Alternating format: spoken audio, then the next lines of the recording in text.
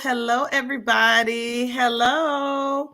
We are live on Facebook, my personal page, our Girl Hurt No More page, and our YouTube page. Listen, we live and we lit. Leah, what's up? Hey, how you doing? Happy Sunday. Happy Sunday. Yes, I'm happy excited Sunday. for Girl Talk. Listen, tonight is going to be one for the books. I just feel it in my spirit that it's going to be one for the books. So y'all need to come on in and join us. Hey, Lex, she's on it. Come on in. Y'all share, hit the like, hit the love button, hit the share button, get your book. This is where we coming from. Healing Waters, Girl Hurt No More. And we are looking at chapter 3 tonight, chapter 3. Now, if you don't have your book, it's okay because we're going to talk about some stuff and it's going to feel like you got your book. But let me do announcements, Leah, before I forget. Ladies, Leah, you want to do this announcement for me? All right, we have the Girl Hurt No More conference. Oh, we did the same thing. Hey, come one, come all. You do not want to miss this. It's going to be in the big city of Fort Meade, Florida. If you never heard of Fort Meade before, you gon' hear it. On the dates between March 21st through March 23rd. You do not want to miss this. I'm telling you. Like last year, I kind of went on accident, but when the person I went with, I was like, "Hey, this was not about what I thought it was gonna be about." This blew my mind, and then y'all, literally a year later, I'm able to be a part of it. So I'm telling you, you do not want to miss this. This is not a hype. You want to be in the building. Don't meet me there. Beat me there. Leah, you did that better than me, girl. Go ahead and do the doggone thing. I love it. Listen, Leah ain't lying, y'all. Y'all better get with it. Please get with it. Please. Listen, tonight we got chapter 3. Woo! Chapter 3. I'm excited. I'm overly excited. And so I know we ain't gonna go over time. I already know. So I'm just gonna bring in our panel again. They're not guests anymore. Like I feel like we know them. They're Girl Talk, Book Talk family. Okay, so I'm gonna go ahead and bring them into the studio. We've got Million. Listen, are y'all ready? I'm super ooper duper excited. Are y'all ready? Yes. Ready. This one is. It's finna be lit. Let's go ahead and just jump into it. Tag your bestie. Tell her to get on. Tell her, look, don't be bitter, be better. Tell her to go ahead and get on so we can jump in this conversation. All right, we're just gonna jump off with this question right here. Is life sweet, ladies, or are you bitter? Y'all like to play on words, you know. Is life sweet or are you bitter? Y'all tell me, talk to me. Can it be both, like a Sour Patch Kid? There you go. Wait a minute now. So it's both. Okay, tell me about the sweet parts. Sweet parts is I can see literally God saying on my life, I can see him with me. I can see his faithfulness.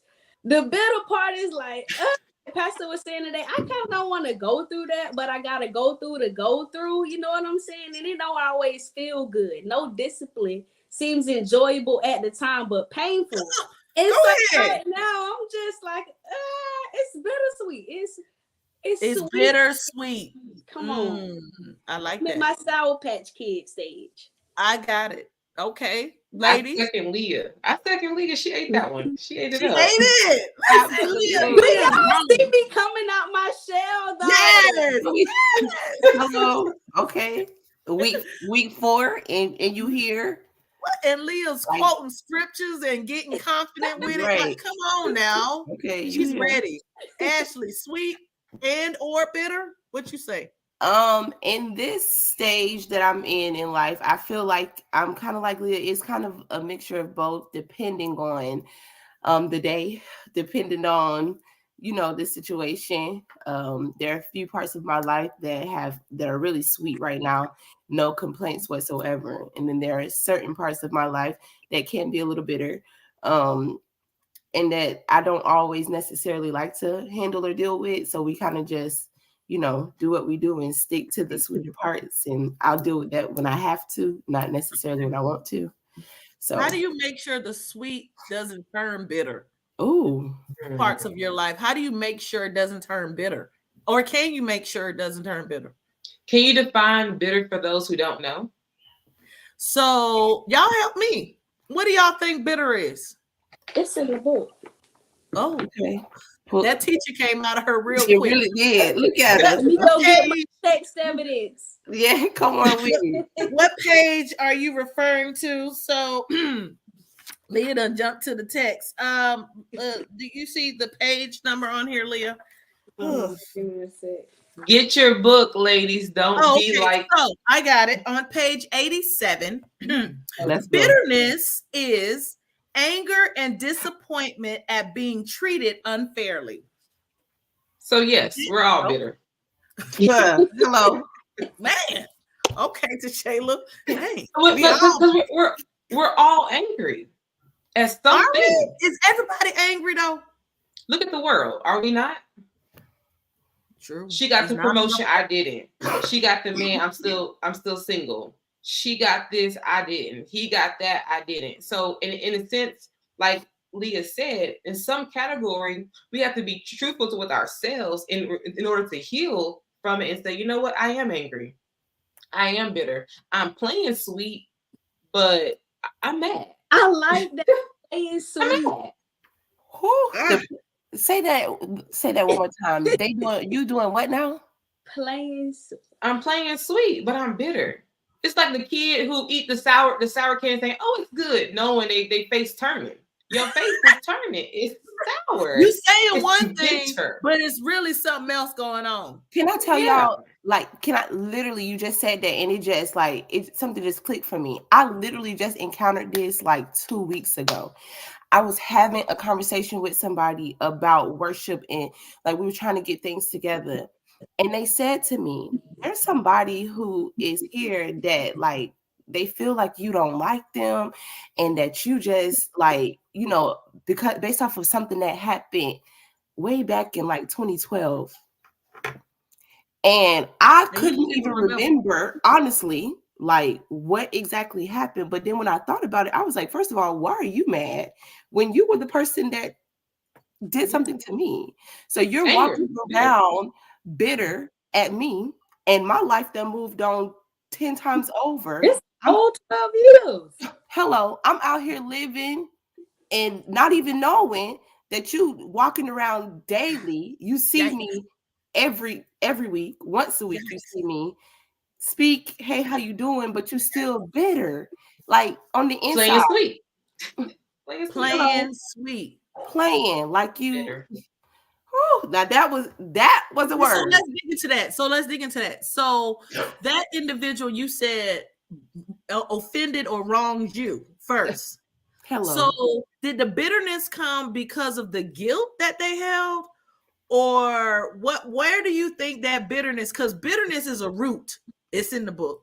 Bitterness is a root. So we need to find out if we're going to ever be healed from. We need to find out what the root cause is. Because we got to uproot some things, right? So do you think it came from the guilt? Is it or maybe it could be a combination of things, or maybe the way I handled it, because it didn't bother you. It didn't bother me. Like you wronged me and it didn't bother me. So now you mad. Like you beat me. So you didn't get a reaction. Right. And you turned bitter. What the kids say, it didn't hit the way you thought it was gonna hit.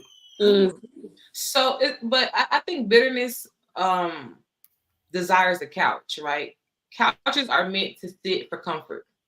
So when misery loves comfort, company, it's because it's a couch. You're sitting on that in comfort. Ooh. So bitterness, when someone's bitter, they expect for you to react in the same way. Hello. Yeah, sit with me and sit here. Because like in waiting rooms, what do? You sit. And you prefer a comfortable chair. You prefer to get comfortable there, but hospital rooms and other rooms are not comfortable chairs because it's not meant to stay there. Right.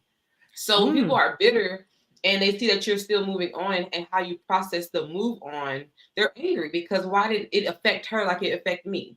Because if it was me, that infected me. I'm still infected by it. Yeah. Right.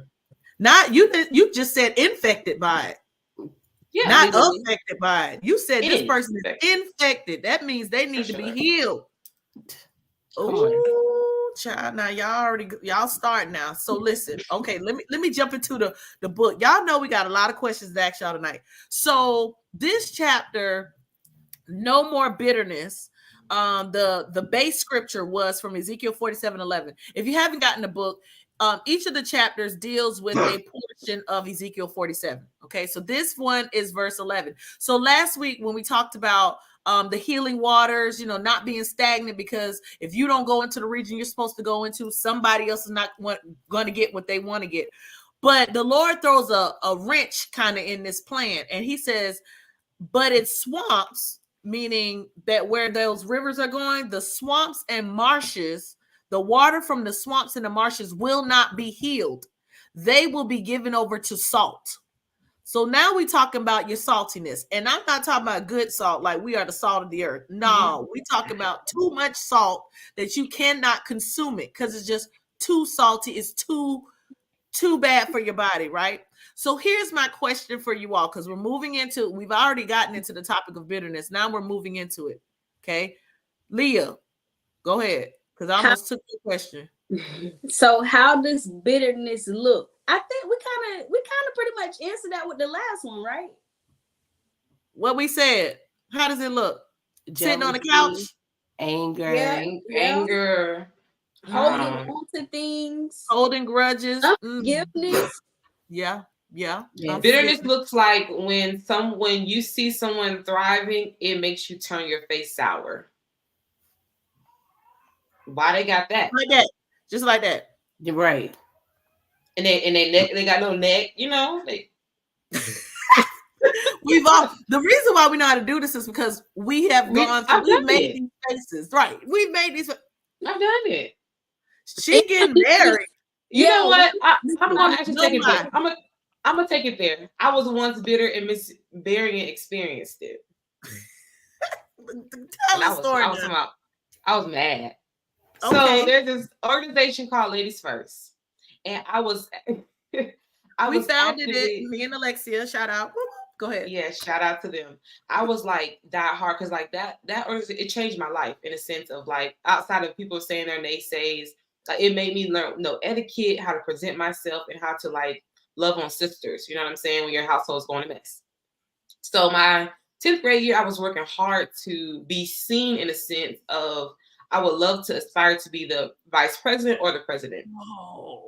Oh yeah. I remember. But God, I'm angry. I'm just kidding. But y'all talking about 12 years. This more like 20. But go ahead, Shayla. But you can't forget when you were the person that was bitter. You can't forget that. You're right. You can play sweet, but you can't forget when you were once bitter. You can't. Okay. You know you was bitter. You can't hide it in yourself. And so, long story short, they called me in the room on an away trip. They didn't wait till we got back to campus or anything. We was away, supposed to be enjoying a college tour, to tell me that you're not the successor and someone else is going to take your place. And it was a close friend. And in my immaturity, I let that affect our friendship. I bled onto her. Instead of being proud that they chose my actual person who's my right hand, thinking that I would tell her what I've been planning for, I got bitter with her. Because in our girl time, you heard me talk and thrive about how I wanted this position. You know what I'm saying? And so in my immaturity in high school, I'm way past that now. But in my immaturity in high school, not understanding bitterness, I was angry with her instead of being proud, saying, you know what, out of everybody you saw my right hand who is actually going to be here longer than I am. I didn't get it because I'm graduating early, but great job to her for her staying and taking on the torch that I couldn't take on. And so I was once bitter. So bitterness don't come into today's. It could be bitter when you was in high school, still looking people crazy. Yeah. And it can affect your relationships. Bitterness can affect longevity relationships, and it can end relationships based upon how you handle your inner insecurity or whatever you're going through up there. So can we say that there's a close connection with bitterness and envy or jealousy? Absolutely. I honestly, it's hard to not have one without the other. I feel like they're connected in some type of way. And I think a lot of us as women, we get off into it. It starts off as jealousy, and then it becomes bitterness. And we can't heal what we won't deal. That's we can't heal what we won't deal. Like, right. I think mine was opposite though. I think I was bitter first. I was angry first, and then I became jealous. Yeah. But it's still connected, I do believe. Yeah. I like that. So anger is also associated with bitterness. It's in a definition for sure. Yeah. For sure. I like that. So looking at, sometimes I think we are bitter because we don't know who we are in God. And like you said, when you were younger, you were immature. So you didn't realize certain things. And I'm pretty sure, I don't know the rationale, but I know when we made decisions like that with choosing vice presidents and presidents, there were long conversations, long discussions about it, weighing both sides and so on. So oftentimes when we're bitter, we forget that we are made in God's image, and there's no need for me to think that I'm overlooked, think that somebody is better than me, or other people think this person is better than me. And so it goes back to, have you seen yourself in the image that you've been created, by God, in his image? So the question is, what does it mean to you to be chosen by God and created in his image? And how does that really impact your outlook on this bitterness that we're talking about? If you don't know who you are or whose you are, it's very hard to know that you're chosen and even created in his image. And by that, I mean, I had to get to know who I was. And then I have to accept that I am God's daughter. Yeah. Like who I am, like, and whose I am. Talk about that, Tashana. What does that mean to be God's daughter? It means that God loves me in spite of my mistakes. Many folks look at God as a judge. He's going to judge me based upon what I did wrong. But as a father and daughter relationship, I have to discipline you because I do love you. But I'm only disciplining you because I want you to be better than where you are currently today.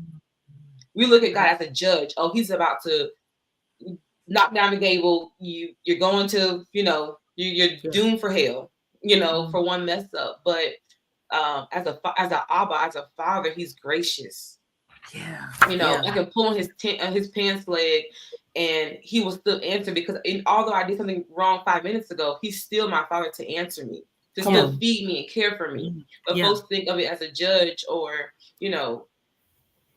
just they look at him in a negative standpoint. So I feel like for me to know who I am, outside of all the titles and roles of add-ons, truly knowing him as I'm a daughter.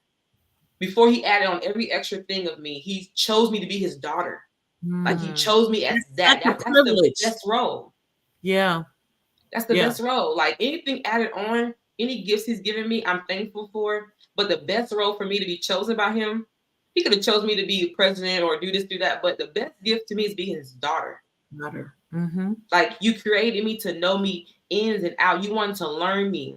You wanted to mature me. You wanted to raise me up as a daughter, like as your daughter. Like, of course, that beats everything that he's ever told me to do. Yeah, that's good. Somebody else? I think that's real good. That was A1. Right. For me, I think what it means to be chosen is to know that you are picked. When he talks about leaving the 99 just for the one, I think a lot of times we take that for granted, because if there was nobody else on this planet, he still would have chosen me, So to me, that helps you to know that you're special, and that regardless of what happens, that he continuously chooses you. And I think that goes back to what Tashayla said, just to know him as a father, that requires relationship and being in relationship with him. But if you aren't in a space where your relationship is mature enough with him, a lot of times we have a hard time accepting that we've been chosen and accepting that he truly does care. He truly does love us in that manner. And so I think, to me, that's exactly what it is. What makes it hard for us to accept that we've been chosen? I think the way that the world we've trained our minds to think. We think like the world, and not necessarily like he thinks. He tells us that our mind should be in him. A lot of times our mind isn't in Christ. Especially when you're of the world, you're doing the things of the world. So you can't see yourself as God sees you. And even so, maturity wise in the word, it takes a lot to be able to see yourself as God sees you, because you see yourself as you. I'm messed up. I'm dirty. That's it. I'm dirty. I'm messed up. I lie. And here you are telling me that I'm all of these things. Like, no, you're quite the opposite. That's a hard concept to accept. It is. Yeah. That's good. Leah, you got anything? For me, I think, like Ashley said, sometimes we could think like the world, and sometimes when you think of being chosen, it's like, oh, I'm the one. I'm gonna take it all the way to the top. But really, when you're really chosen, that's when you go through the most. It's tough. It's hard. Like sometimes I feel like, Lord, I don't know if I can make it. Get somebody else to do it. Let somebody else do it, please. Didn't I tell you that? Like, okay, I'm chosen, but hey, it's hard. It's hard. It is. It's hard out here. And I think sometimes we get the wrong concept. And I remind myself that, like, I am not my own. Like, God created me. He created this. He chose me. So it's only right that I surrender, like, because you know best. So for me to be chosen, it's like, I got to remember, I am not my own. So God, all right, you got this. Lead the way. Go ahead and show me. Because I think also when you're chosen, you can't really run from me. I don't think you're pointed out. You're just delaying it. You're just delaying it. Yeah. You can't run. It's just, look, Jonah. I keep calling myself Jonah in this time period. You just delaying what he is already planned, because it's a part of his purpose, and his plan is going to come to fruition. He started. But Jonah was bitter at the end. Yeah, girl. Listen, he'd rather die. Just preach that. I'd rather die than do what you called me to do. Get somebody else to do it, Lord. Get somebody else. You'd rather die. I knew you was gonna do that. I knew you were gonna do it. And that's how bitter people sound, right? I knew you were gonna do it. Look, here's Leah got a question for y'all. All right, God. Y'all, has God ever warned you of what he would not restore to prompt you to move on? And have you ever ignored the red flags? We all ignore red flags. Ooh, child.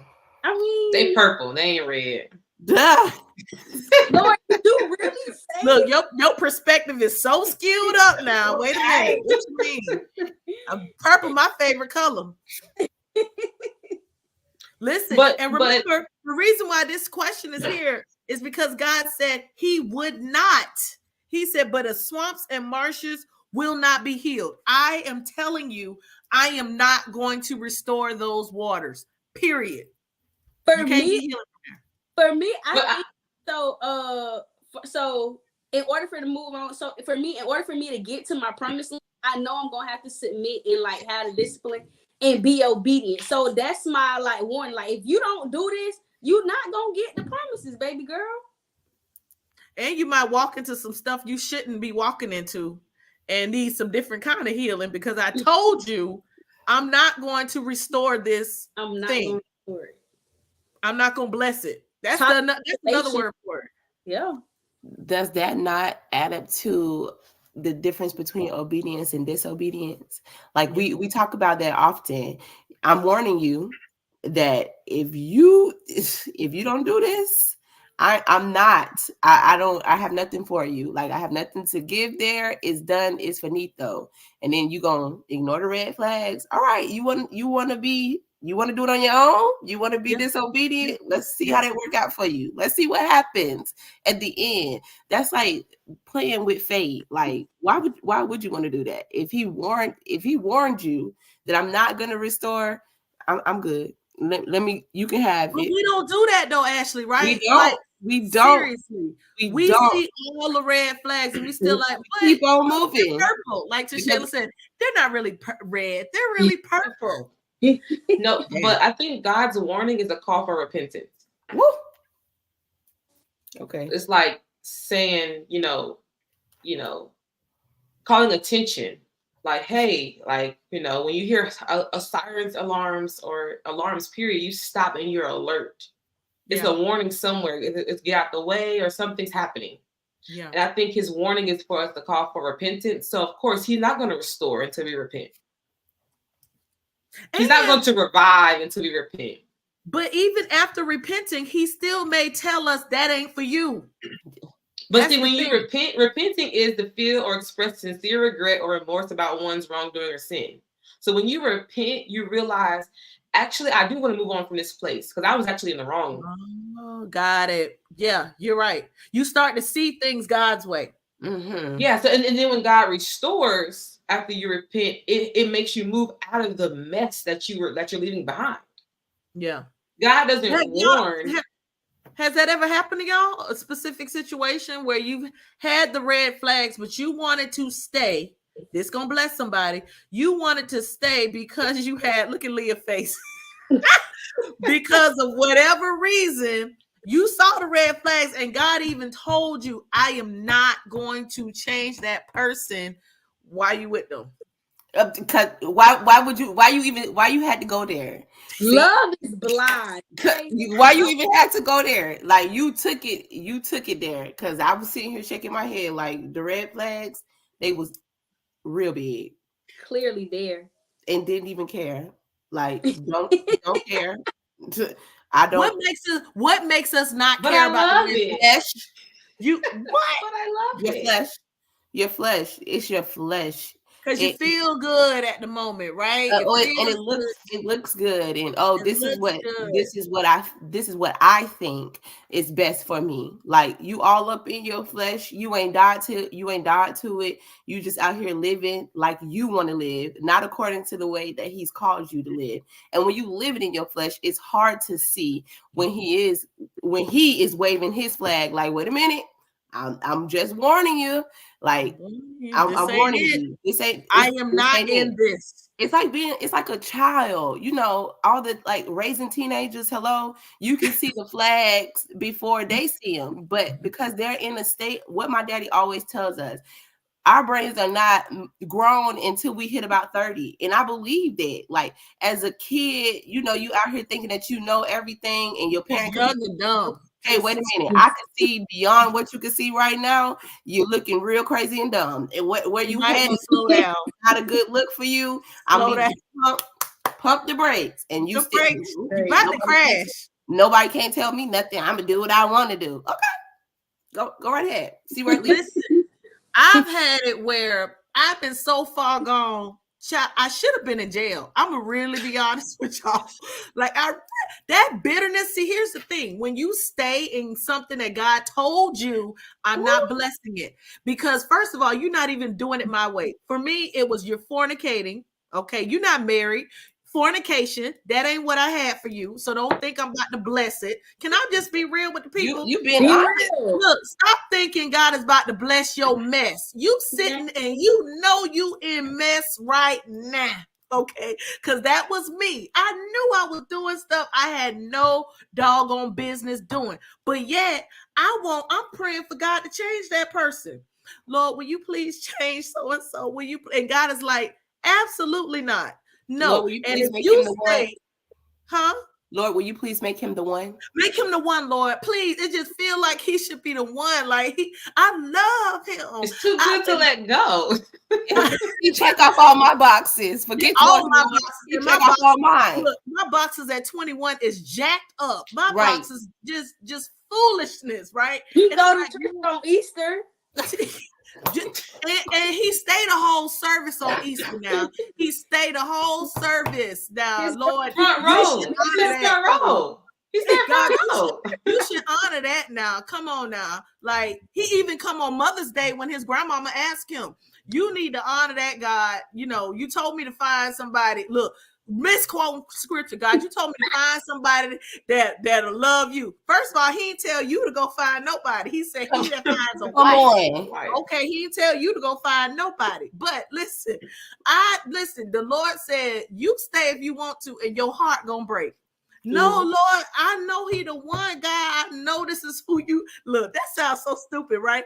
I know this is who you got for me, God. Now, this wasn't Damian Berrien. I ain't know nothing about no Damian. I ain't know what the Lord had, but I'm like, no, this who you got. And God was like, I'm not finna bless that. You gonna end up looking crazy. And sure did. I'm telling y'all, I should have been in jail, because here's what I know. When you are so far gone and your heart gets broken, after God told you, I'm not changing that situation. This is going on. They cheating on you. They doing this to you. I'm telling you, you don't even need to be in this. Then your heart breaks. Then you become bitter. Then anger. For me, it goes bitter, anger, rage, right? Like, I escalate that way. Shayla says she goes from angry to bitter to no. I go from heartbreak, bitter, anger, rage, psychotic. Like, it just psychotic. It just escalates to something that it just don't need to go, right? And so now you so far gone, and you like, God, I don't even recognize myself no more. Like, you cutting up clothes, you keying cars, like, God, I don't even know who this person is, and hiding in the bushes. Like, who is this person, God? And it's all because he showed you, and you decided to stay. You ignored the red flags.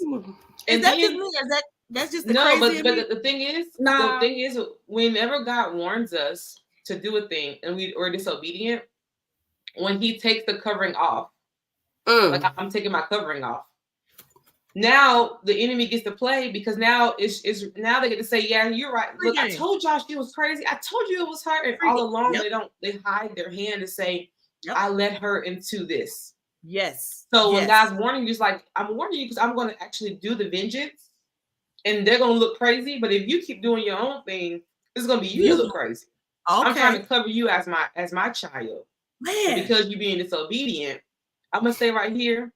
Like the prodigal son, you go ahead and go out there, realize how hard it is, and when you come back, we'll throw a party. Right. But for now, do your own thing. Yeah, I don't ever want God to say do your own thing, because now in hindsight, I look back like, girl, that was all of it was reckless, and it was all because we think we know more than God. Ooh. Or we got a lack of trust in God. I don't trust that God is going to give me what he promised me. And so I got to go get it. I'm going to go ahead of him. Yeah. Yeah. When you go ahead of him, you go out of his covering. Out of his covering. It's like a cloud, right? And you got to follow the cloud. And if the cloud stop, you got to stop. But many of us running ahead of the cloud. Okay, now if it rains or, whatever, if it happens to you, that's on you, because I told you, stay right here. What's the scripture about sitting under the shadow of the Most High?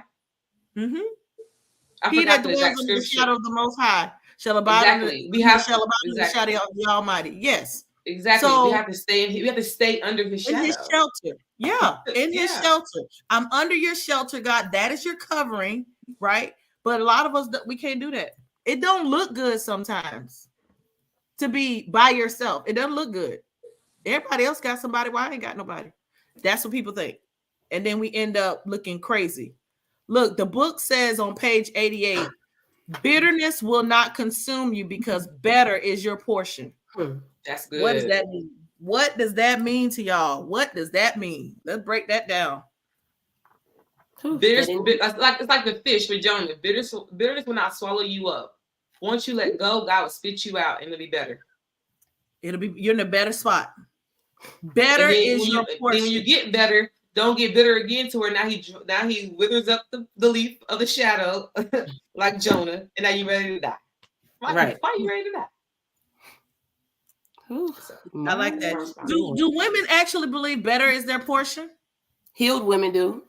Oh, You took it out of my mouth. I was about to say it. Healed women Because do. healed women hear differently. Yes. They process differently. They think type differently. that in there. I gotta let me type it for the people. Healed women hear differently. Healed women hear differently. And They they have process differently. perspective. Yeah. That's And they do it. what? Process differently. Oh, I love that. They Yeah. process. That is so true. Yeah. Because now I sit back. First of all, I pray. That part. And then I watch and wait for God to reveal. So I sit back, pray, watch, and wait. But I see things a little bit differently now.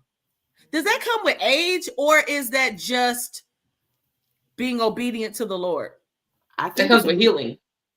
Because people are older than you. At any People age. are older than you, and they still not processing. They're not healed. You just took the words right out of my mouth, honey. I don't think age It comes with healing. Whatever age healing is for you is when you're going to begin to think and process differently. Yeah. When I looked You at could be that, 60, I'm thinking, still bitter. well, yes, I do know that. I'm thinking, though, can a 15-year-old be healed from bitterness and stay healed? Or is it where they have to go through life's experiences?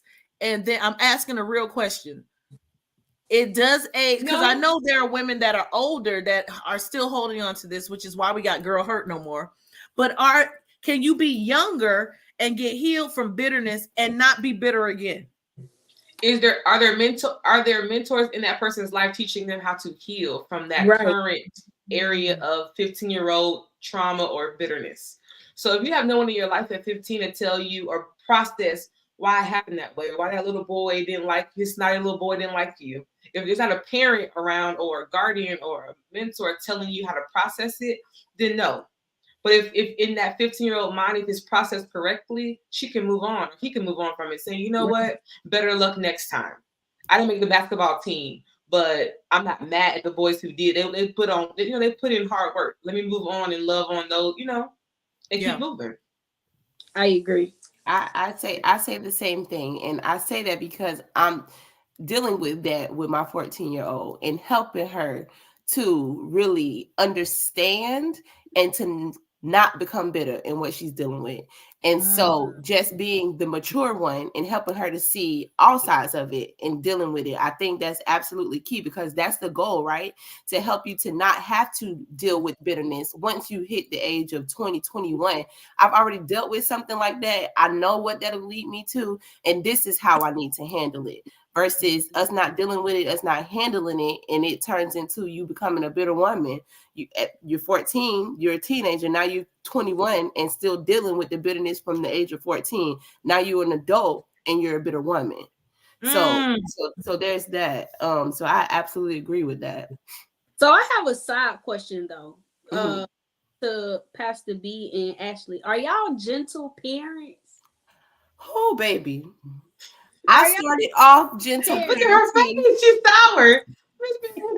I started off gentle parenting at 21 with Maya because I was young and dumb. I didn't know, anything. I'm just out here like, trying to figure it out.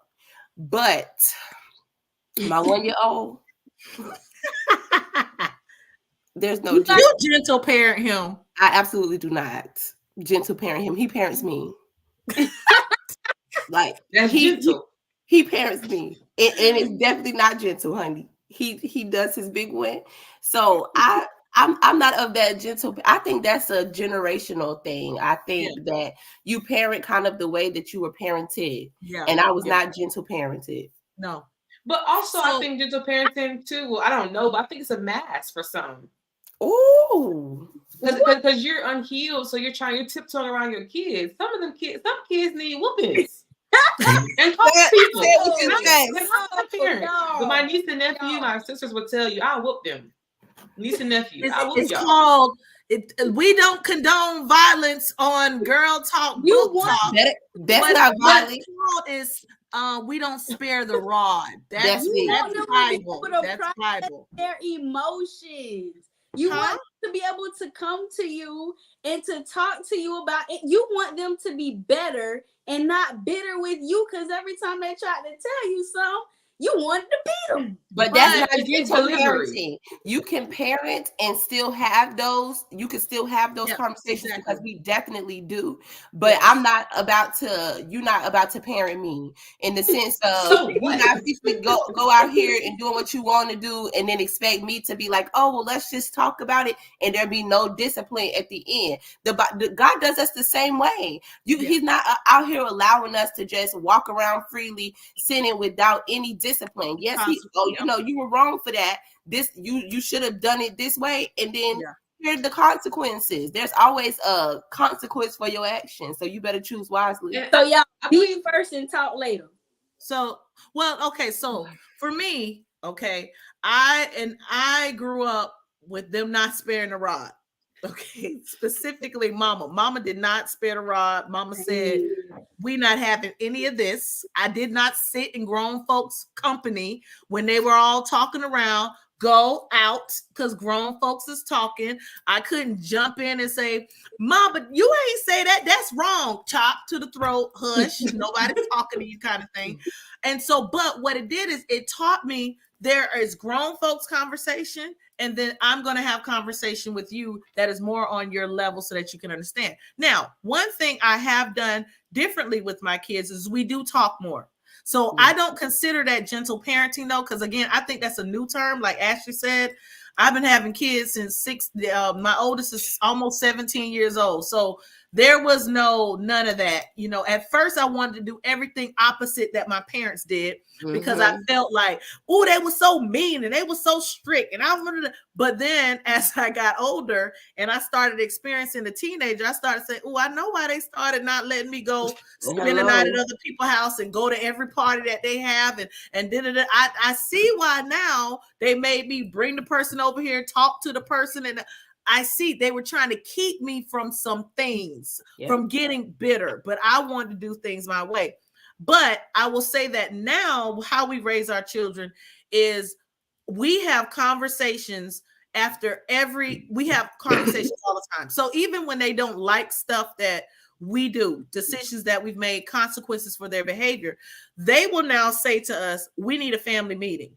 Now, me and Damien hate when they call a meeting because we like when we call it because we can kind of control the agenda of the meeting. But when they call it, we like, oh, Lord, we did something that they don't like and they about to quadruple us. So we sit down and we have conversations. And I do like that we do have that open door policy because I don't want them bitter. And so I do want them to understand this is why we took your phone away.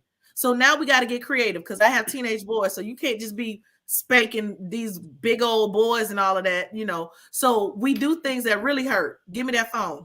Oh, that you would think that we choked them to death. Give me that phone. You ain't give me the phone, give me the computer, give me the iPad, whatever. So now we are finding ways to parent them so that they do not become bitter and resentful of everything. Now, will there still be some bitterness? Probably, because they're still processing. They're still so young. They don't totally understand why we stick to some of the things. Like I tell them, I'm so sorry that y'all are my children, but you have a different anointing on you. You got a different calling. I don't do things that other people do in their house. Right. So stop telling me that, well, their parents let them. It don't matter. That's their house. We don't do that over here. You know, and you live here. So but that's the world creating bitterness. Huh? The world is creating bitterness for our teenagers and our kids because now we're comparing how their parents are operating their household versus my household. And now I have resentment towards my parents because I feel like they're doing it wrong. When the whole time they're actually protecting and covering me. Because some people's parents, not to say all, they don't care. And so that's why I say like. And they're not parenting. There are millennials that are my age that are not parenting. Let's talk about that. Yeah, they're not parenting. And so the kids tell them what they want to do, what they don't want to do, what they're scared. First of all, that's not how we run it over here. Okay. We don't do that. Okay. So I'm sorry to Shayla, but that is a lot. A lot of parents now are not parenting because either they had resentment or bitterness because of how they were raised, whether it was right or wrong. And they're trying to do things totally opposite of what they grew up with or what, you know, the Bible tells them they should do. And I think, like, to Leah's point too, I saw her processing in my head a lot. I think it was there was a point of parenting where it was a shut up and just do and listen. Oh, so there was no expressiveness. But I don't think that even comes in gentleness. I think it just more comes in the space to grow into. You know what I'm saying? Because I ain't gonna lie, I've been around parenting, whether it was a family member or whoever, my guardians, whoever it was in charge of that room at the time, where it was a do as I say and don't process nothing. Yeah, yes. Don't process nothing. Like you can't even you stop in the head. Yep. You just stop. And I think it's bringing back all those memories. But no, I think like Leah said, I guess what people are doing gently now is more so giving them that space to say anything. I think it needs to be a little more boundary to it, because some of these children are talking real crazy to their kids, to their parents. They cursing in front of their parents, like yeah. What? Like what? You can't. We grew up. You can't say dang, because that's cursing. You couldn't say shoot, shut up, shut up. You couldn't say none of that. Now, like I'm at basketball games, it's kids younger than my kid cursing, and I'm sitting right here like y'all have no respect. Like no respect. Who's telling you that you're not doing something? It's almost like they're scared to tell these young kids. And I'm sorry, if your child is around me, they're gonna get parented by me too. It takes a village. And so if your child talking to you crazy, I might just say, you shouldn't talk to your mama like that. You need to apologize right now. That's not how, you know what I'm saying? Because it's getting ridiculous, And then when you do that now, get prepared to get cussed out, because a lot of times they will cuss you. Who is you? Well, girl, I can roll my neck to you. Then you find yourself going back and forth with a 4-year-old. I mean, It's just crazy right now, But see, on TikTok though, I'm not sure if y'all on TikTok. There are videos going around where there are parents saying their kids can go cuss in the bathroom. I'm gonna put my phone up, close the door, and say every curse word that you can think of. And they're going viral off of their kids' misbehavior. That's not proper loving your parents kids. Are going viral. What? Yeah. Off of the kids' misbehavior. Yes. Yeah. And they don't feel like literally they put their phone up saying okay, and they're recording it. So they're expecting them to say crazy. I'm gonna put the phone up. You can say any cuss, okay? And they keep telling them, okay, say any cuss word. Like they're coaching them. Come on now. Nonsense. Like, come on. That's not gentle to me. At all. That's stupid. That's what that is. I was about to say. Now, I wasn't saying gentle as in those terms. Some people think that's gentle.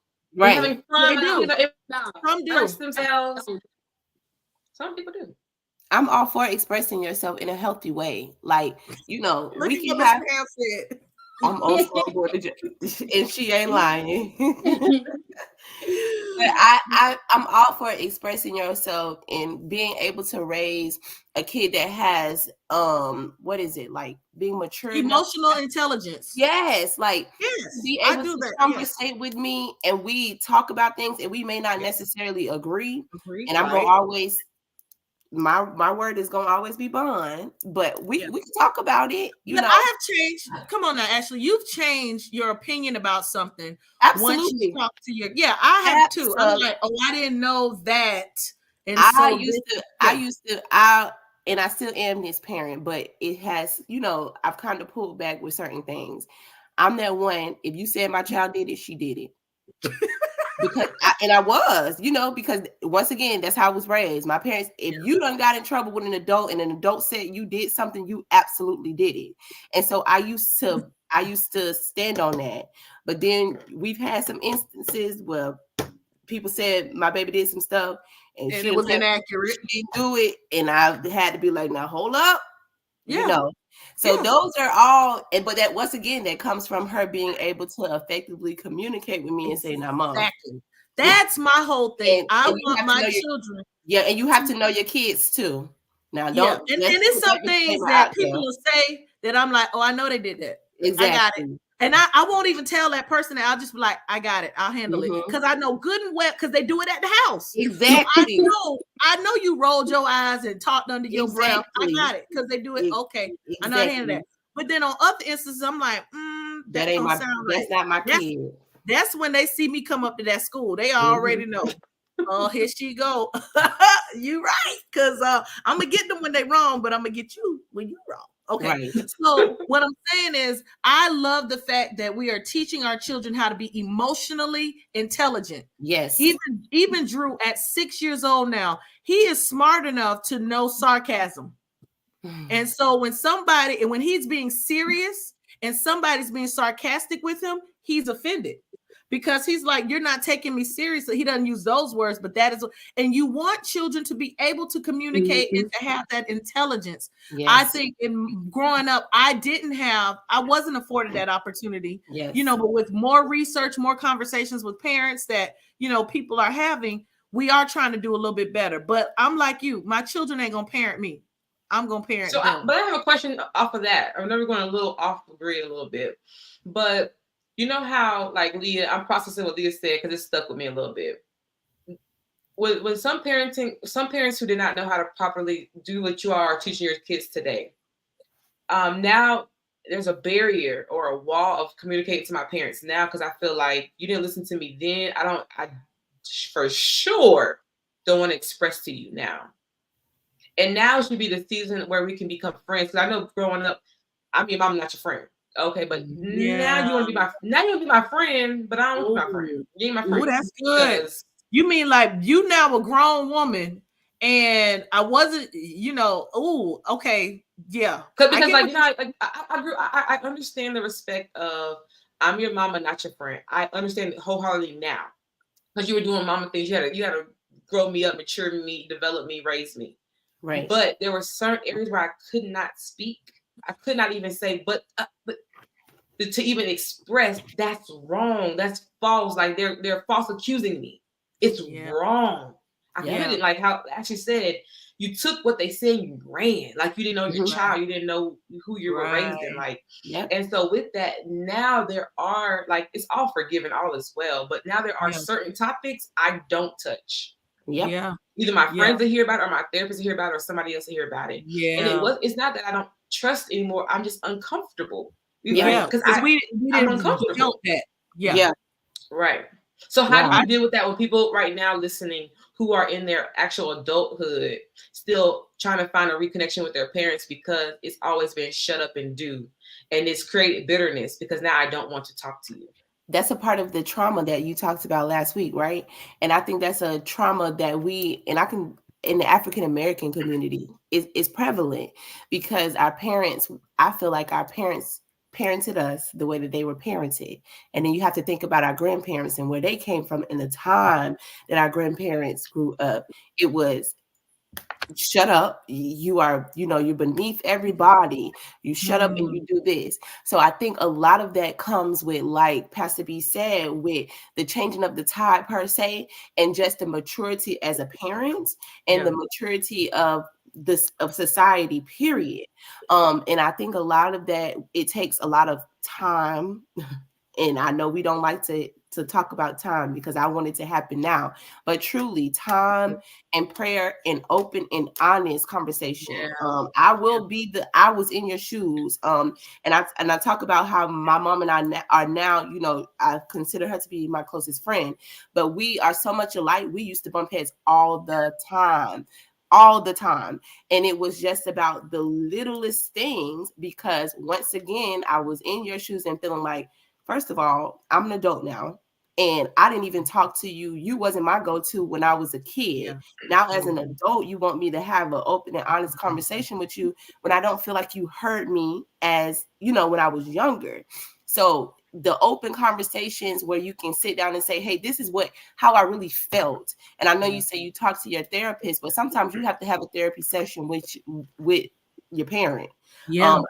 I think being open to having that conversation is a maturity move in itself. Both parties have to be open to that and saying, this is how I felt, you know, in this time. And you just building the relationship over and over. And as the relationship begins to grow, the walls tend to fall down, the barriers are kind of broken, and you know, you become closer. But I think that's the biggest thing, is the time and being willing and open to that conversation and honesty.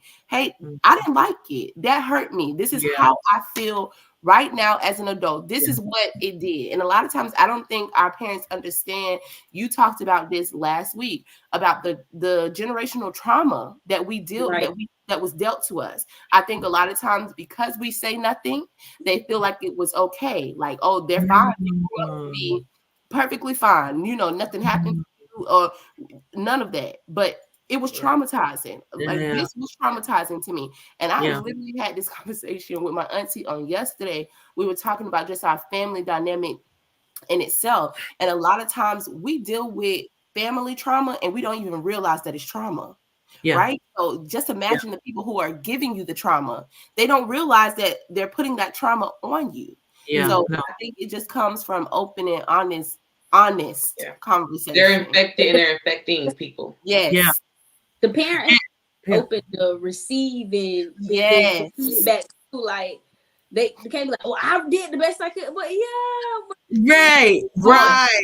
And okay with saying I apologize that you felt that way. Instead of always coming in defense. I know what I said last week, but I wanted people to actually also hear the process of healing.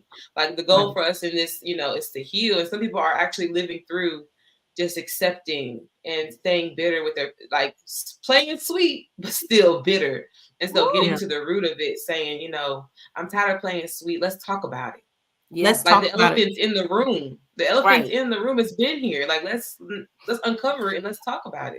I will say that one of the biggest turning points, I think, in my relationship with my parents, specifically mother, because the mother-daughter dynamic is tricky, right?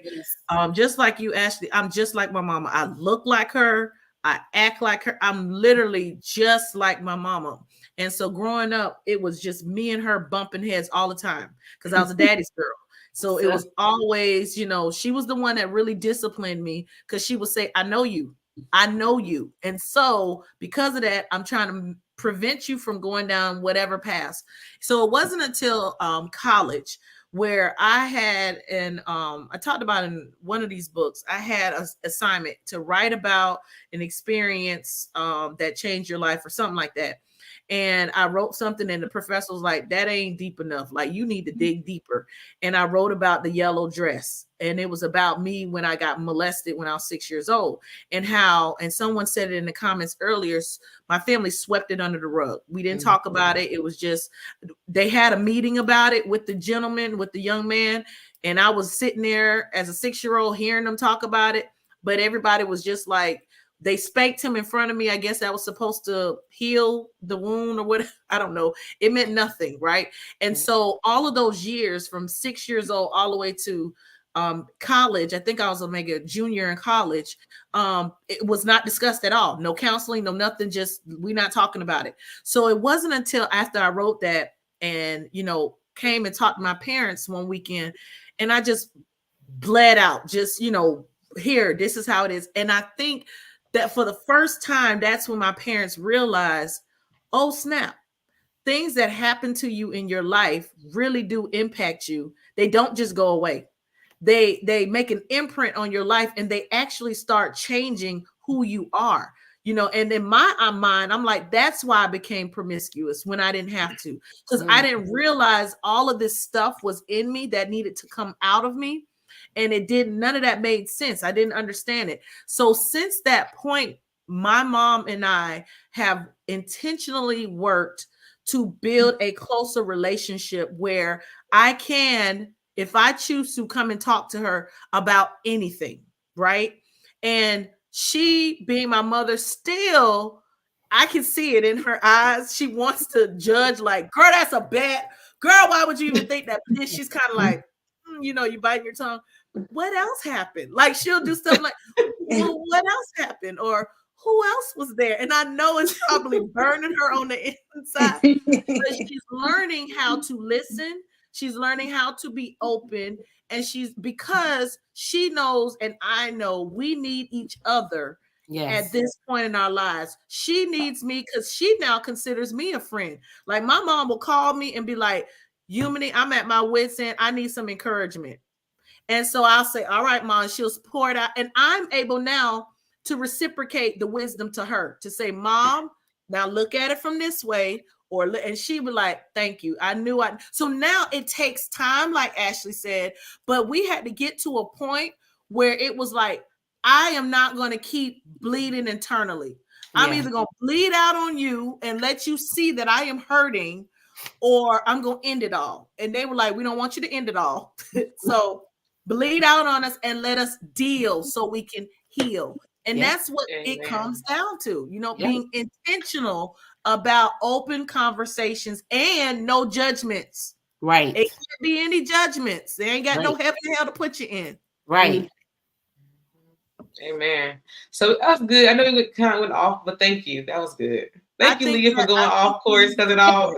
I swerved that whole bus. It was like, She did. We were on 4 wheels on the side, Leah. Right. We were on the bus, she just took us somewhere else.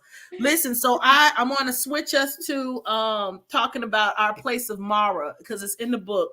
And so on page 89, I'm just going to read a little excerpt because this blessed me so much. So it's talking about the children of Israel, and as they were leaving out, they started complaining, right?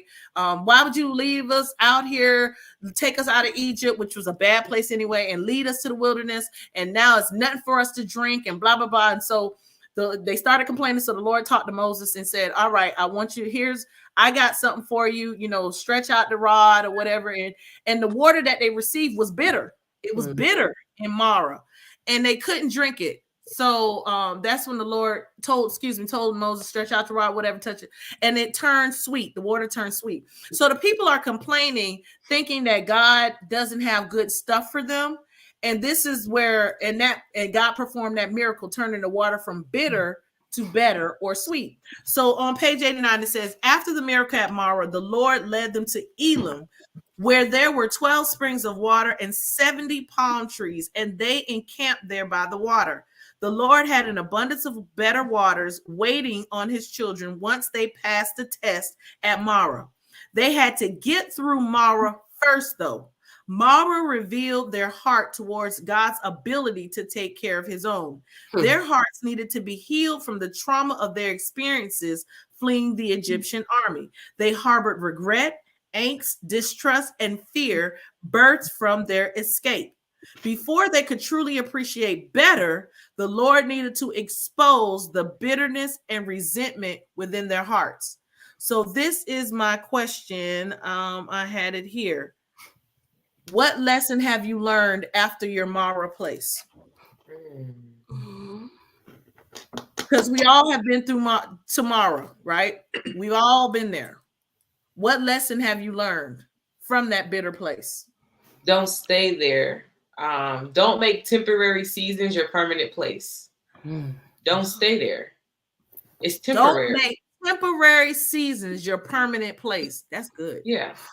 Like pick up your tent, keep going. Like we build on our current situation as if we're doomed there. As if that's it. Like we're settling here. And so it takes more to pack up and move again rather than to know this is temporary. Let me not get comfortable here. Let me not, unpack here. This is not this is not the promised land. So yeah, I would say in that, turning that bitterness to say, okay, it's gonna get better. Keep going. Just wait. Yeah. Deal, but know that it gets better. It gets better. And trust that it's gonna get better, right? Because isn't that a lack of trust? Trust. It's gonna get better.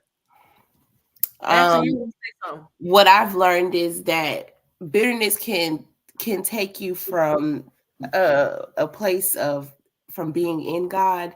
It'll take you down a whirlwind of things that you don't necessarily want to deal with, or things that you don't have to deal with, but because you're bitter, he makes you deal with it, right? And so in a place like that, I think the biggest thing that I learned is that it's for you. It's not for any you hurting yourself at the end of the day. The bitterness it has, like I said, I had zero clue that person was upset with me, still holding on to that, harboring it. I had done moved on with life. But here you are stunting what God has for you because you're still holding on to that bitterness. So for me, in the same sense, I don't want to feel like I'm harboring on and holding on to something that God wants to ultimately take away from me, take it out of my hand. Like that's so, to me, is so immature. You know, I want to be mature in the things of God. I can't mature like that, holding on to stuff that's not even for me. It's not. It's not for me. That's not my portion. Like you said earlier, that's not my portion. That's not what you have for me. That's not what God has for me. I can't live here. It can't stay here. That's good. Leah, anything? I agree with the both of them. You just can't stay there. Yeah, you can't. And look how much better he had for them. Right. 12 springs. Y'all worried about this bitter water. Okay, let me hurry up and make it sweet. Okay, y'all satisfied? Because what I got for you now, if you can handle Mara, you got 12 springs and 70 palm trees waiting for you. Right. If you know what's so crazy though? They didn't appreciate it. No. They settled in the bitterness. They kept complaining, not even realizing. Just taste and see that the Lord is good. It's good. That's it. He ain't even go taste to see that it ain't bitter no more. That right here. That right here. Taste and see. Go ahead and try them, but you can't stay in Mara. Okay. So speaking of Mara, we go to a story of Ruth and Naomi. Okay. So we know Naomi, husband died, sons died. She's left with Oprah and Ruth and her daughters-in-law. And so she feels she has nothing. Everything is gone. I'm bitter because why would the Lord do this to me? And she tells the girls, y'all go ahead somewhere because I have nothing anymore. God took everything from me. And the girls are like, no, we here with you. Like we all suffered a loss. Like their husbands were gone. Their father-in-law is gone. And we can just comfort each other. And she's like, no, I have nothing. Isn't that like when you're in a bitter place, you can't see that you have anything because you feel like you lost everything and God did this to me. And so she ends up, Orpah goes to her people. And then Ruth says, I ain't going nowhere. I ain't going, right? And so she's like, what? Ruth is like, what? Your God gonna be my God, your lane, my lane. I ain't going nowhere. You're in your darkness. I'm staying right here because you do have somebody. Huh? I'm gonna stick beside you. I'm sitting beside you. I ain't going nowhere. I'm right here to stay. You can treat me bad, talk to me bad, whatever, but I ain't going nowhere. So when she gets to her new place, she tells them her name is Mara because the Lord has done her dirty. Okay, so we talk about coming straight out of Mara, but here's the question: have you encountered a Ruth in your life? Meaning, I ain't going nowhere. It doesn't matter what you say or do. I'm here. And what does that Ruth mean to you? Ooh, I'll take this one first. I have a friend. Believe it or not, we grew up together, and I say grew up. We from the same town. And so she's only a year younger than me. We went all through elementary school. We didn't go to school in Fort Meade. So anybody who went to this school, anybody who went to Bartow Academy and you were from Fort Meade, you stuck together because it was only a small crew of us. And so I knew of her, we were chit-chatty elementary, middle school, but I was so mean to her. Like I was a bully to this girl in middle school, elementary, right? And so in high school, we cheered together and we were okay, but still just not as close. And the Lord did a full circle. We actually we reconnected through what we then had as a mutual friend.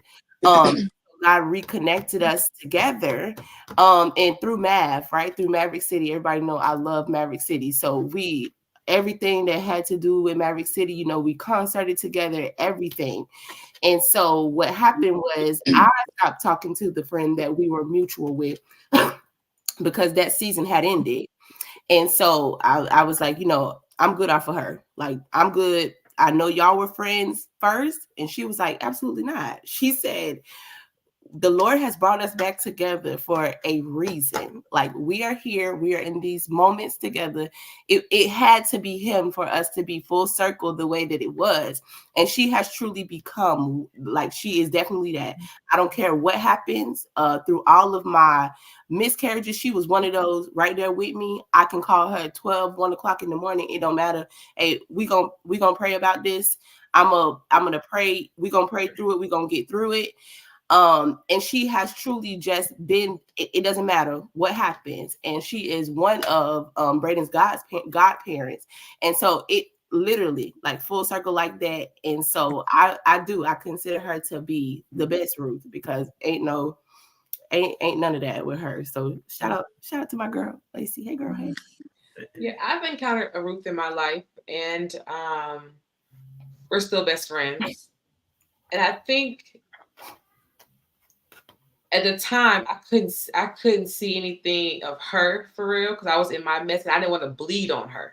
Like I didn't want to bleed. Like, I understand this story, but I didn't want to bleed on her. So I'm like, you go ahead and go, because the infection in me, like my bitterness, my anger, my resentment, my everything that I was, selfishness, everything that I was dealing with and stuff, I didn't want to affect her, because I saw her as a good person. Like, I don't want you to, I don't want you to bleed like I'm bleeding. I don't want to hurt you in any capacity. So I'd rather you go. I'd rather push you away and tell you to go, to avoid turning a good vessel or a good person or spirit into a corrupt one.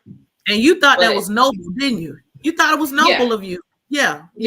Like kind of like that. Like, I had nothing left. My, everything's gone. Like, I have nothing to give you. Please go. I don't want to hurt you. I don't want my anger, my tears, my frustration, everything I have with God for real. I don't want it to bleed out on you, because it's not your doing. You're innocent bystander.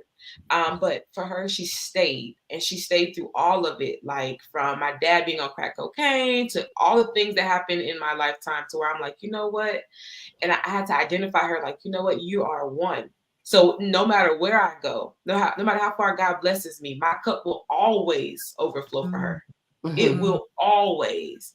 And in any low moment she ever has, she knows that it's mutual, but now she knows that it's not like I don't owe her anything, but I'm willing. I'm willing to give you back in overflow what you've given me. I'm willing. It's not even a thought. It's not like it's not negotiable. It's like, you need me? And even if she doesn't say she needs me, any conversation she has, if I can hear dissatisfaction, what is it? She can mention something like, girl, I had to pay, probably I don't say her name, but I had to pay for my car. It got towed for parking and handicap. Illegally doing it, but whatever. Apple Pay her. Like, because no thought. She was like, I didn't even tell you. I wasn't listening for you to ask me. In overflow want to give back in any capacity. So I've experienced the Ruth. Leah? What's your Ruth? Now, can we say that throughout life we may have multiple Ruths? Okay. Say that? Yeah. So Leah, do you want to discuss, what does Ruth mean to you? Ruth is like a ride or die. And it was like to Shayla said, it's like nothing I wouldn't do for you. Not that I feel like I owe you, but you were there for me through whatever, through thick and thin. Like, I don't know, certain stuff that you can't even tell anybody. You can share it with them. No judgment, no nothing. Like, you were there. You were patient, kind, gentle. When I was mad, okay, we going to get them, but we ain't going to take it too far. Like a real ride or die, And when I make it, of course, you're going to get, you with me. Ain't no ifs, ands, and buts about it. So I think and I have more than one. Yes, absolutely. Yeah, sure. Absolutely. More than one. Yeah, I know for a fact in this season, honestly, I have to have Ruths around me, because I can quickly, because I'm in a war with the devil so like heavy, because he knows the calling. And so because of that, I'm constantly waging. And so if you're not careful, you'll slip into a dark place very, very quickly. And you need Ruths to say, I'm I'm coming in the dark. Come on out. Yeah. Nope. Or you really need, and I think it was in the book here, you need someone to invade your space and really invade that darkness to say, I'm sorry, you can't stay here. And we're going out. I'm going out with you. Or you know what I'm saying? Or like a week or two ago to me. Huh? Oh, you yeah. did that like it was like, so I was like, no, something's wrong. Like, nothing's wrong with me. The Lord already showed me something wrong with you, girl. Nope. And so for me, Ruth is that sometimes Ruth makes you mad, right? Because she is get out. Go. Hurry up. Why are you here? I want to stay bitter. I want to stay sulking in my misery. I want to keep crying. And you're like, no, I can't do it. And so she's very invasive. You know, she's caring, but she's aggressive, you know, and just forcing you to say like, no, you know, you have me. You are not by yourself. And for me, that's what Ruth did to Naomi. She's like, you are not by yourself. And I am going with you because you need me and I need you. Guess what? We in this together. Yeah. But it's aggressive yet gentle. Yes. I love that because it doesn't make sense though, because it's so opposite. But it's aggressive. Yes. Like ride or die, I'll go to war. I'm but so but I got tissue for you. Here, but we gonna fight though. We gonna fight against them, but I got the tissue for you if you need to cry. Yeah. And sometimes you need that person that is just going to say, no, I am not going anywhere, child. Like I already brought my sleeping clothes. I'm staying here right here. We're gonna do this together. So get over it, you know. And so for me, Ruth is God sent. Ruth is somebody that I've prayed for. In the book, I talk about how it was the mother-daughter relationship. And I don't mention her name, but in here, I'm talking about Leah. Because for me, she came at a time where, you know, I'm always mentoring young women. And then like Tashayla, you all were my ladies first girls.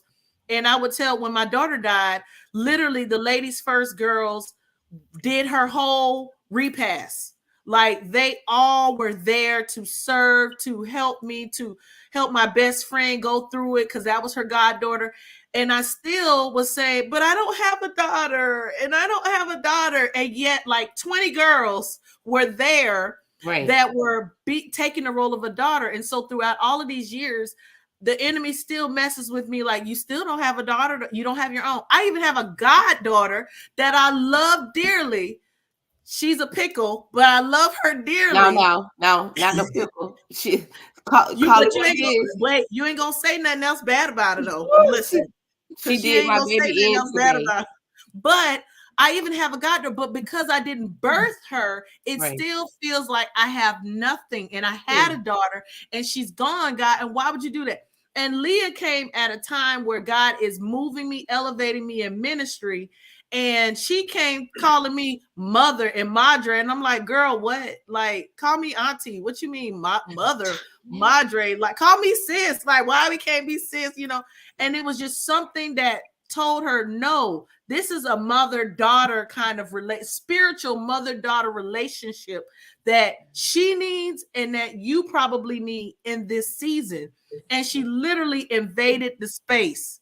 Literally, she helped heal you, and you're helping heal her, which is so crazy. But I didn't see that because again, Tashayla, I was like you. I don't want you to see the messy side of faith that I'm going through right now because this walk is ugly. It is not cute. It is not like it is nothing that I want to share with anybody if I want to be real with them. And I felt like allowing her to come in to see it is going to distort her view of who I am, you know what I'm saying? And I'd rather just stay in darkness and let you see what you see. But she wouldn't let me do that. I'm gonna take the mask off. With you allowing me to see it though, it has motivated me in ways that I can't even explain. Like last Sunday, I seen you do multiple hard things in one day, and it's like you'll get on and it's like, dang. Like, and to the normal person, they wouldn't know that you done put in all this work behind the scenes and you still like give with excellence. So I salute you. And yeah, you my Dre, and I ain't going nowhere. I'm right to the end because I see the greatness. Even if I have to watch from afar, I can see the greatness in you. I can see God seeing over your life, and I see what He's doing. And it's an honor just to be able to watch it, like, because I mean, you're a go-getter, okay? You no, literally. Yes, epitome of excellence. And so she sees that. I don't see that. See? Because I'm in the thick of it. Literally in the thick of it, you don't see, like Tashayla was saying, you don't see what other people see. Right. And you're sometimes, why are they drawn to me? Why are they listening to me? You know, why? God, why? And it's not you, it's the God in you. They see what God is doing. They don't see the mess, you know. Right. And so, but honestly, yeah. our eyes are our spiritual gates. Yeah. Man created mirror. God created eyes. So you can't see yourself. Right. Right. Literally, you can't. What you see is what you like. What you know. It's hard to really see yourself. So when someone's complimenting you, if you don't feel or see that, you can accept what you don't see. Right. And like so people say they can put mask on, makeup on, they can dress up like a clown or dress up like a Barbie, whatever. But at the end of it all, I can see your mess. Like you know, people have people dressed up, and you can say like, "That's a bad person." I don't care how good it looks; it's bad. Yeah, because they can't see themselves, but because you know they feel highly of themselves. That's why God tells us to stay humble. Yes, because you can't see. Do not think more highly of yourself than you ought to. You can't see you, and so that's why for you have to change your view and accept those things. Yeah, that's and if hard. You're closed off on it, you're not gonna ever see what they see. And if, the other could be part five people telling you the same thing, and you still can't see it. Like you don't heard it. The other part is not to think highly of more highly of yourself than you ought to, but then you shouldn't think more lowly of yourself than God made you to be. So it's a sticky area where you don't. You sometimes we are self-deprecating. You know, oh, I'm just nothing. No, you're not that either, but you don't need to be boastful. So you got to kind of really level up to that middle area where you're like, no, God has some things going on good with me, you know, but it's all about Him. Right. It ain't me, it's Him, you know. Right. And that's a tough road. That is tough. Right. Yeah. But Ruth, I think, brings it out of all of us. Ruth, absolutely. That and I can only pray that I can be a Ruth to somebody else. Right. You know, Lord, let me be that Ruth that pushes somebody and propels somebody into walking into what they need to walk into. Right. All right. My last question. I'm going to give it to Leah so she can ask it. All right. So have you ever found yourself in a toxic environment, an extremely harsh, malicious, or harmful environment that is non-productive and stunts your growth and your healing? I mean, I'm being real. Yeah. What does that look like? A toxic environment. In the book, we even give a toxic scale. Proof of the visuals. Come on. Hold it up close so that people can see.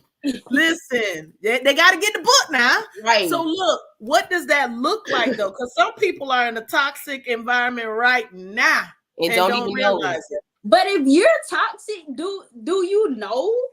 You can't see yourself. Yeah. You just said it. But that's why we got to tell you what toxic is, though. We got to tell you what toxicity is so that you can start seeing yourself in those situations. So like on the scale, okay, here's some things, all right, that are toxic. So if you exemplify this behavior, there's some toxicity in you that needs to come out of you, okay? So maliciousness, that's on the toxic scale, okay? Retaliatory, you always got to get somebody back. That's on the toxic scale. Controlling. Oh my Lord, I struggle with this. My husband tells me this all the time. You cannot control me. I'm like, I ain't trying to control you, but you need to hear what I'm saying. And he's like, see, that's it right there. That's it right there. That's it right there. Okay. So control, being harsh, meaning abrasive, rough, and mean. That's toxic. Now, what's in the middle is judgment. Because judgment can go either way, right? Right. It can not be so good, and sometimes it can be good for you. And then on the other side of the scale is consideration. Are you always considerate of people's feelings? Another one is compassion. Are you sympathetic? Are you do you desire to help people? Another one is forgiveness, and the last one is love. So those are all on that toxic scale. So from malicious to love. Anywhere God is love. He's the only one over there. But he's inside of us, right? Right. He's inside of us. So we got to have some kind of love in there. Okay, Raven comments. Raven says, yes, you will be in that environment and don't even know until you step back and start looking at the situation. Right. Woo! Sometimes when you're in that toxic waters, at a toxic environment, you don't realize it. You think it's love. Yeah. When you know it's why really you think it's love? What? It's like a parable with the lamp where you put yourself under a table. The lamp is supposed to stay on top of it. So when you shine light, you can really see it. You know what I'm saying? When I didn't want to be seen in my mess, I hid my mess, so I stayed in it. That's true. Now I stayed in it. But I would say on that scale that you broke down, I would say I'm in the judging stage, and I say that because I have to constantly remind myself you're not too far from it. No matter what it is, I may not have experienced it, but if you keep your mouth on it too long, you will experience it. So learning how to have that balance to know, like, they're there and try to, hopefully, sometimes you can't help people out of their mess, but you can of course shine light a little bit to say I see you, I'm here. Not reason with it, but more so not judge it as if it's like you're beneath in a sense. You know what I'm saying? Staying in the sense of like, I'm not too far from it, because one wrong turn, one wrong conversation, one wrong cut me off in the parking lot in Atlanta. Baby, I can quickly shift on that scale now. Okay, turn malicious. God is still working on me. Yeah, listen. So I like that you said that, because that means in ourselves, let a man examine himself. So I need to start examining myself to see if I am polluting my environments. Am I the pollutant in my environments? And if so, I need to ask God to change me, transform my waters, because it's just not. I'm hurting other people. Because in the book it talks about, remember, he's not going to heal those waters, and those waters are toxic. You cannot consume them waters. It's too much salt in it. It's not good for you. So I don't want to be that person that is the salty one in the relationship, in a friendship. At work, every time you come in, people like, God, I wish she took the day off. Right. Always nagging. Always nagging Nancy.